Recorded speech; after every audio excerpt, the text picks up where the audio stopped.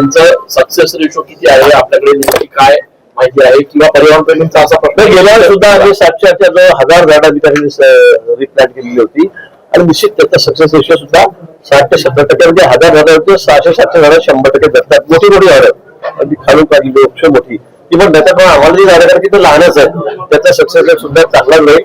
पण समजा दुर्दैवाने 300-400 झाडं गेली सुद्धा छोटी रोपटी गेली तरी नाही आली पण आम्ही सांगितलं की आम्ही 20-25 हजार तुम्ही सांगा जेवढी मोठी 15-20 फुटे झाडं मी लावतो.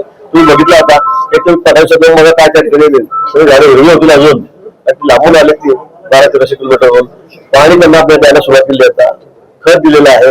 तुम्ही महिन्या 2 महिन्यात बघा ती झाडं कशी टवटवीत होतात कसं त्या ठिकाणी चित्र उभं राहतं. आणि म्हणून मला वाटतं नुसतं विरोधाला विरोध नको कुंभमेळ्यासारखा एक मोठा आमच्याकडे सण येतो आमच्या पुण्याचा तो त्या ठिकाणी होतोय पवित्रचा कार्यक्रम त्या ठिकाणी होतोय आणि फक्त तेवढंच घेऊन तुम्ही जे चांगलं ते दाखवा ना. तुम्ही खरंच पर्यावरण ठेवली आहे तुम्ही वृक्ष दिली आहे तुम्ही जाऊन बघा तरी आम्ही काय करतो आलेली झाडं बघा. आता एका दिवसात दररोज 2 टन येतील 700-800 झाडं या ठिकाणी येणार आहेत. आम्ही खड्डे भरत लगेच प्ले करा आम्ही एकत्र आणून ठेवली अजून ती कुठे मग दुखापत झाली किंवा मग गेली अजून ती वळत बघायला झाडं सगळी वाढवली आणि म्हणून आम्ही जसे खड्डे भरले होतील तसे 1000 झाडं एका दिवसात टप्प्याने आणणार.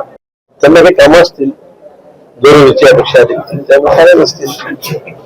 आता काल परत अधिवेशन संपलेलं आहे मतदारसंघातले काही कामं कोणलेले आहेत बाहेर गावी असतील मी त्याच्याशी बोललो नाही पण मग आम्ही सगळे एकत्रितपणे या ठिकाणी आहोत.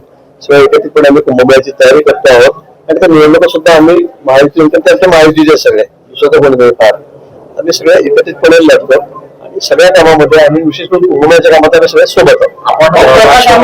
राष्ट्रामध्ये अत्यंत थेट इशारा दिला आम्ही सहिष्णू आहोत किंवा वाटेल ते साधू मंत्रांबद्दल बोलू नये. निश्चित तुम्ही सांगता तुम्ही 25,000-20,000 कोटी काय साधू महाराजांचा गांजा खर्च करतायत का त्यांना गांजा करायसाठी जाणतायत का हे आक्षेपार्हच आहे. बघा तुम्हाला अधिकार सगळा आहे तुम्ही वृक्षप्रेमी आहात निसर्गप्रेमी आहात त्याबद्दल आपलं काहीच म्हणणं नाही पण काही लोक याच्यामध्ये घुसून विनाकारण काहीतरी वेगळ्याच भांडण लावण्याचे विचार दिसत आहेत. वेगळेच वाद निर्माण करण्याचा त्यांचा काहीतरी विचार दिसतोय आणि म्हणून तुम्ही अतिशय सहजपणे आम्ही तुमच्या आमचं साधुवाद अशा पद्धतीने बोलाल की गांजा त्यासाठी खर्च करतायत का गांजा तुम्ही देऊ नका ते येणार नाही.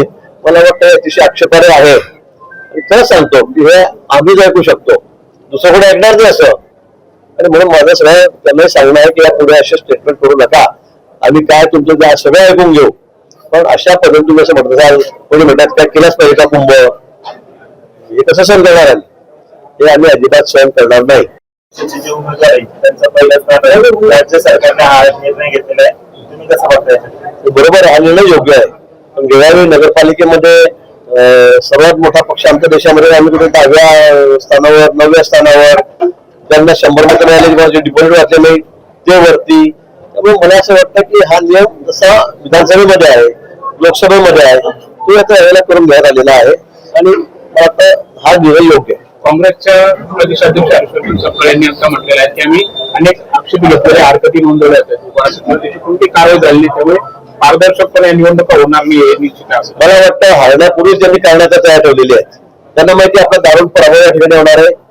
एक महापालिका त्यांना काँग्रेस केंद्रासाठी असं वाटत जाणार नाही आणि त्यामुळे तेव्हा सांगायचं काय मग त्यावेळेस आम्ही म्हटलं होतं की निवडणुका पारदर्शक झाल्या नाही दुबार काढले नाही तुम्ही यंत्रामध्ये बदल झाला त्याच्यामध्ये काहीतरी ज्यांनी घोळ केलेला आहे तुम्ही बॅलेट पेपरवर मतदान घ्यायला पाहिजे हे सगळी कारणं त्यांची तयार आहेत आणि त्यासाठी मुद्दाम ते आता ग्राउंड तयार करतायत.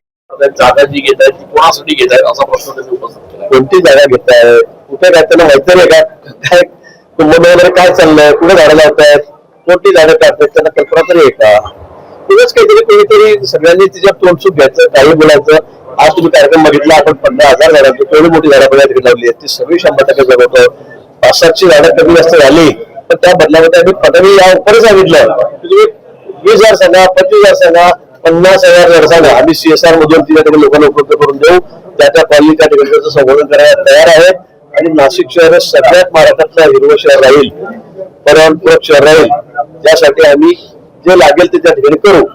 महापालिकाही करेल शासन म्हणून आम्ही करू देवेंद्रजी सांगितलेलं आहे आणि त्याचबरोबर लोकांची मानसिकता आहे. विविध संघटना आहेत NGO आहेत सगळ्या संघटना आहेत सगळ्यांनी सांगितलं साधू म्हणून सांगितलं की हे जबाबदारी सगळे आम्ही घेऊ आम्ही झाडं वाढू आम्ही झाडं लावू त्याची निगराणी आम्ही राखू. मला वाटतं यापेक्षा कोणी काय सांगितलं म्हणजे बाहेरून कोणीतरी सांगून बोलायचं साधारण बोलायच्या विषयावर मला तर कळत नाही काय काय बोलू मी या विषयावर. घोषणा काही आंदोलनात घेण्यात आल्या. नाही, मला वाटतं खरं म्हणजे पंतप्रधानांबद्दल त्याची गरिमा त्या पदाची राखली पाहिजे असं कोणी बोलता कामा नये.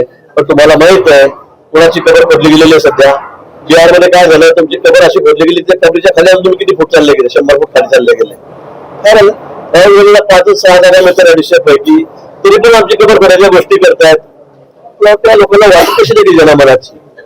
आणि अशा घोषणा देऊन तुम्ही अजून तुमची कबर खोल करतात. महापालिकेने काय नक्की असं किंवा येतंय का? काय झालं त्यांचा मला बंद होते, तुम्ही त्यांच्याकडे मला विचारता. तर मी काय सांगू, त्या प्रत्येक ठिकाणी ते कपडे बदलत जशी पक्ष बदलतो सध्या त्यांचं काय राहिलंय. ते मुख्यमंत्री होता त्याचं काय वेळ तुम्ही बघा आता. ते म्हणतात मी कुटुंबाचं करेल, इकडे म्हणतात घराचं करेल, इकडे दर्शनाचं करेल. माझ्या कुटुंबाचा प्रश्न आहे. आता पक्षामध्ये कसा कुटुंबिक प्रश्न होऊ शकतो, त्याच्यात न बोललेलं बरं आहे. तो विषय संपलेला माझा. आज वृक्ष लागवड होत असताना आपण काही पर्यावरणप्रेमींना निमंत्रण दिलं होतं कारण वृक्षतोडीचे प्रकल्प आंदोलन करतायत. प्रकाश आंबेडकरांनी आयोगावर केला. काय बोला आंबेडकर साहेबांवर नेहमी असे स्टेटमेंट करत असतात, ते वारंवार असे स्टेटमेंट करत असतात. त्यामुळे आता काय निवडणूक आयोग कुठे काय म्हणजे तुम्ही हारायला लागले, पराभव झाला की तुम्हाला निवडणूक आयोग सोपा वाटतो. तुम्हाला हायकोर्ट सुप्रीम कोर्ट सुद्धा सोपं वाटतं. त्याच्यावर तुम्ही तोडसूक घेतात. तुम्ही बॅलेट पेपर त्याच्यावर निवडणुका घ्या म्हणतायत. कधी म्हणतात मतदारांमध्ये एवढी नावं वाढली, आता एवढी नावं मतदारांमध्ये वाढली आहेत का?